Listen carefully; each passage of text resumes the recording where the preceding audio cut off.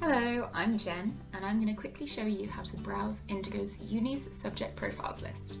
To get started, just log onto your account and click on the Explore Subjects tile here. This feature of Indigo is a good place to start your uni search because there are an overwhelming number of courses out there, and choosing the subject that you want first is a good way to cut through everything and give you a base of where to start your search. You can browse this list of subject profiles in alphabetical order to go through all of your options, or you can use these filters.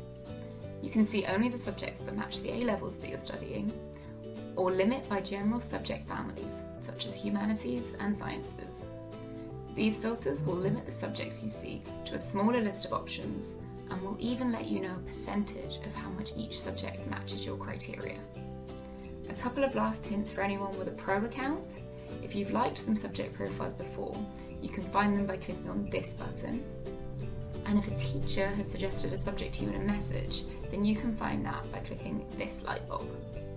I hope you found this video useful, but if you still have questions about how to use Indigo, please get in touch with us at hello@indigo.careers, and don't forget to follow us on social media to get regular information about any updates we make to Indigo.